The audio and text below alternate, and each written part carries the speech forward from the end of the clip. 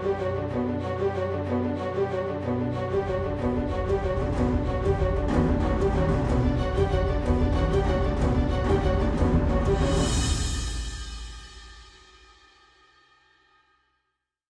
up, channel? It's 4Play, and this is just another commentary. As you see by the title, this gameplay is Piazza, I think, Plaza, whatever it is, and the map is hard, or the game type is Hardpoint.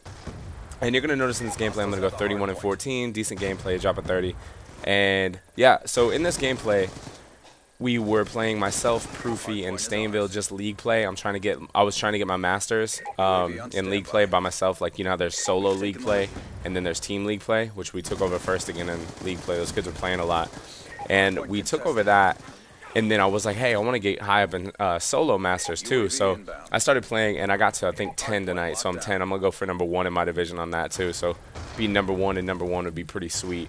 But anyway, so on to the topic of this commentary was Optic's decision in dropping Rambo. For those of you that don't know, and you guys don't know anything about competitive gaming, you're still learning, Optic Gaming is a team that pretty much dominated MW3 inside the realm of competitive for like obviously MW3, but also like just in general. Like they went to EGL, I think they won 2 or 3 of those. They won the 2.5K tournament. They won the initial Frag Cup. They dominated this game as a whole with the roster Big T, Scumpy, Merc, and Rambo. And honestly, shout out to them, because it was the only team that really reminded me of myself back in the day. Most of the time, teams will split up and break up and stuff. And I guess when you're winning, you don't really split up. But for someone like, or for something like this team, it's so impressive because they did it really in such stylish fashion. You know, like they would go into a tournament with so much pressure on their back to like win or lose, and they'd actually pull it out. So it's just really impressive. And on to the topic is, they dropped Rambo recently because he could not compete in the Frag Cup. And this is something that a lot of people are like, hey, why don't you ever make commentaries about what's going on around the competitive scene, and why do you stay out of it so much? And I stay out of it because it's none of my business, and I handle my own. Like I handle me, I handle my team, and I don't really worry about a lot of other stuff because there's no reason for me to. But this is a topic that I think I can address and help some amateur players in this situation, or maybe some pros that don't really know how to handle stuff. By all means, I don't think that they should have dropped him, really. He can't compete in Frag Cup 4, and I think that they should have just picked up another 4th for Frag Cup 4, and that was about it. I don't think it was a smart move to pick up Nadeshot.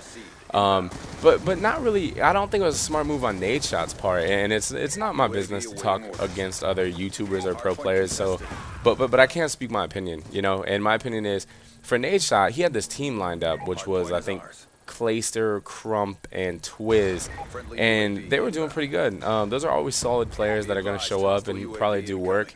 And I felt that he kind of gave them the short end of the stick, and for no reason, really.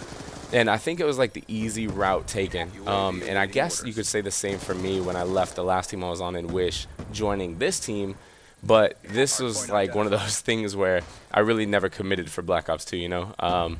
Anyway, so they dropped Rambo, and I was thinking about it, and I wanted to do a comm on it, because how do you get any better than what they did? I don't think there's a way to be any better.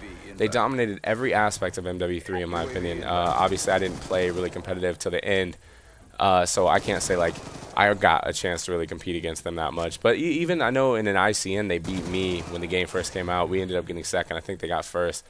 But yeah, so I just wanted to get your guys' opinion. Do you think that it's smart to drop a player just because he can't attend one event, or just because he can't play in this or that? Or do you think they should have just picked up another 4th for Frag Cup and then tried to work it out with him? I personally like the guy. I think Rambo, I mean, I've even given Rambo crap before in the past of saying, oh, I think he's the worst player on that team. Or but when you're surrounded by that many powerhouses, it's hard not to be the worst player on that team, because a lot of my career I was told I was the worst on my team when I was surrounded by Proofy and Stainvilles and them, and that's fine, you know, because once you do go off, and once you do start playing really well, then your team normally can't be stopped. So it's good to be that player sometimes. I told Proofy, actually, we were just talking about it yesterday. I was like, yo, this game is going to be different for me. I really want to show people that I am like something different on this team, you know, that I'm not just your run-of-the-mill player and I'm not the bottom feeder on this team. So every day when we play, I personally try to take it upon myself to just get better. Like, I don't want to be complacent with being that fourth on the team, you know. I really want to fight for being the top 2, and a lot of people are giving me credit lately for doing that. So I hope that continues to go, but we're a little off topic, so I apologize for that. But so I also think that when you're dealing with a situation like what they're dealing with, there's a lot of pressure that we don't know about, and there's a lot of things that we don't know what happened. We don't know why else they did it. You know, there's so many rumors, and this is where it doesn't make sense. I see people blowing up saying it's because Nadeshot has like a Red Bull sponsorship and stuff, and it's because there's so much. I think we should leave like, if you don't really know about all that stuff, you can't talk about it. So just talk about the facts, and it comes down to Rambo being a great leader, Rambo being one of those players, and also give the rest of the guys on Optic their credit. Big T and Scump and Merc are players that know how to win. They've been around forever, and it's not like Rambo is the only one that helped them win. You know, like, those players have won stuff by themselves, so you got to give them credit. I'm against the whole them dropping thing, but I'm sure that sometime in my career we've made maybe a move like that where it just didn't work out. In fact, I remember in 2009, we ended up dropping Fierce, and I was teaming with him forever just because he wasn't performing anymore. He stopped being the proof that he was, and he just wasn't as good. So we ended up dropping him, and with that being said, it's kind of like what they're doing now, except I don't think it was based off performance. I think it was just this Frag Cup thing. And then maybe there's some other ulterior motives and whatnot. But I just wanted to get your guys' opinions on it and kind of share it in case you guys didn't know. And yeah, so in no way, shape, or form this is a shot at Optic or anything like that. I respect those boys to death. Obviously, I give them credit for days. But this has been 4Play from Team Envious and the 4Play gang. You guys are the best. Let's keep this content rolling. Peace. Well, there you have it, guys. That's my opinion on Optic's choice recently that they made with their roster switch up. If you guys look in the top left, that is Finale V3, my final competitive montage for Modern Warfare 3.